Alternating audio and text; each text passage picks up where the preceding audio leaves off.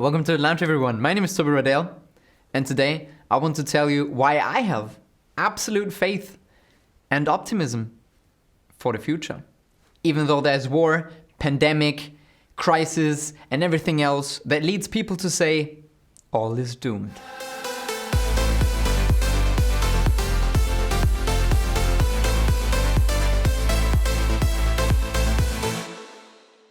We must not give up on our world and say everything is doomed.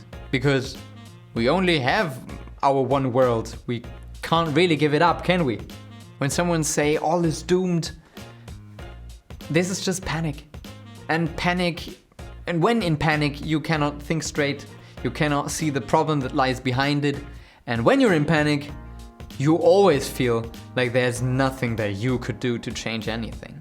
I mean, how could you not feel powerless and hopeless when you compare global crisis and the end of the world and you? Of course. This led to this saying, which is quite interesting. A study found out that according to young people, they see the world as follows. We are all on a sinking ship, but on this ship, I can become the captain. So what that basically means is that people acknowledge that we have big issues, that there are things that really need to be changed for the better. But it's not that severe that I need to give up on myself completely. I can still achieve something. I can live a happy life, reach my goals, and make the best out of it. And that is quite optimistic to me. And if you ask me, this must have been every generation before us, somewhat. The world is mean and evil. Yes, it can be. But I can go my way, do it my way, and bring a little bit of happiness and bright light into the world. This is an amazing approach that actually, I believe, more people than you would ever believe actually share. But it takes courage. Only the courageous dare to think optimistic and positive. Because it's easy to be being a pessimist. Of course it's easy. But an optimist? A pessimist can always say something negative. And when it happens, they can say, told you all along. It was so clear that it's all tits up. And when they were wrong, they could still even say, well, it just didn't happen yet. So there's not much risk involved with being a pessimist. But being an optimist takes courage, because you could go wrong. Not that you should care, but you could be wrong. But you could also say, well, the good things didn't happen yet. So it goes both ways. Climate change, for instance, will not ruin the world. But how can you say this? Don't you see that nothing important is done? Can't you see the politicians and don't make decisions that might be unpopular but necessary? Can't you see that some countries at all do not care? Isn't it all this economic growth thing and making more and more people poor and more and very few people rich and they possess everything and blah blah blah blah? No, I don't see it this way. I don't even ask myself these kind of questions because they lead nowhere. Had I an answer to those questions, why someone doesn't care for something, why someone does not do the things that are necessary, doesn't help anyone.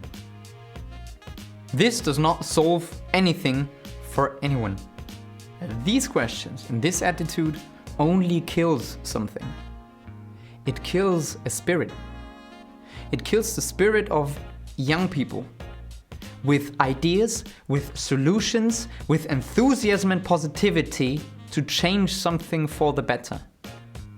And if you lose those people who really care for something and have ideas, if you shut them up, if you instill negativity in those and pessimism in those people, then we have a problem.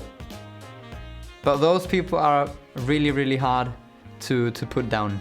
They are not so easily put down. They will go their way, always. feeling overwhelmed and completely hopeless because of wars, crises, pandemics, or whatever there is just not necessary. You can have some worries or some deep thoughts about it. That's always fine, but feeling like panicking or feeling overwhelmed and hopeless is not necessary. Just because you are not alone with these thoughts. So many people out there have their worries right now and don't know where this might lead. But you're definitely not alone. And for everyone out there that cares about these topics and wants to change something for the better and wants things to go into the right direction, for every one of those, there is another one that cares for it. And another one and another one and another one. The only thing that we hear or feel like we hear are some few loud pessimists. And they are loud. They have a huge voice. Because it's so easy. It doesn't take any courage to make doomsday scenarios and theories about conspiracies and whatever. You know what floats around. I trust in the fact, and I just know that it's true, that there are so many people out there, especially young people, because they're the most important, who work their hardest and do their best every day for a better future. But most of those people are kind of in the background. They're not the big keynote speakers on a convention or are the presidents of countries. They are not. These are not the people who really do the change. They are in the background behind them. I always say the numbers 2 to 5, if you know what I mean.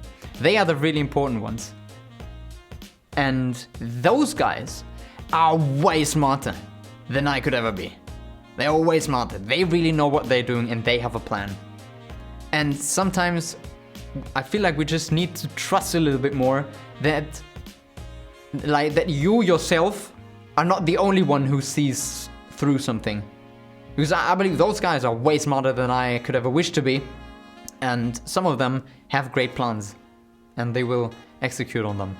And push them through, definitely. That led me to believe that, like I said before, that every one of us who hopes for a future with more hope, food for everyone, fresh air, and better solutions to our crises has another person who wants the same. And those guys have another one and another one and another one. And this link, I feel like, often gets overlooked. And I realized this so many times just when I talk to people that I'm surprised that, well, we think just alike. Most of the times I realize, okay, you would take a different approach to mine, but that doesn't matter because at least our goals are the same. And this is something we lose out of sight many times, or too often, I believe. And then those pessimists come in and they're really loud and want to derive us from this feeling of conclusion that we actually already reached and want to drive us away from that. But it's still there. We just need to remind ourselves of that sometimes. Of course, positivity and optimism are kind of out of trend. Like, it's way cooler to say everything is doomed. It's edgy, sounds cool. But this is maybe the only thing that actually has to change. That positivity and optimism get in trends again. Like that's the way to go. That this is really cool. And I believe it is really cool. When someone has ideas, when somebody pushes forward and those who want to hinder him or her and tell everyone that this has no future, their ideas. It's not really cool in my book. And this is what you can do. What every one of us can do. Maybe sometimes it's just a little spark of positivity that is needed. And that might be a huge favor for the whole world. Sweet and short today, guys.